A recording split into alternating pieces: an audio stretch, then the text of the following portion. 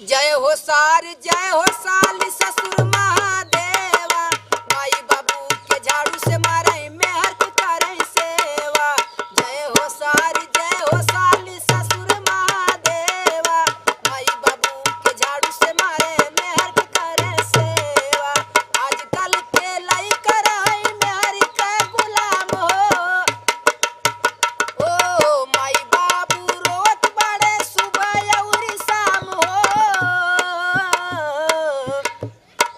किसमिस छोहाड़ा सब काटले कलेवा, किसमिस छोहाड़ा मिल्क काटले कलेवा। अरे माई बाबू के झाड़ू से मारे मेहर की करे सेवा। किसमिस छोहाड़ा मिल्क के काटले कलेवा, माई बाबू झाड़ू से मारे मेहर की करे सेवा। पहला लाइन ढला,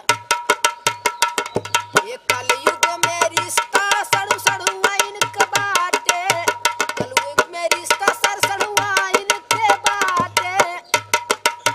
ओ मौसिया फुफुआ उरका नहीं के रिश्ता बाटे।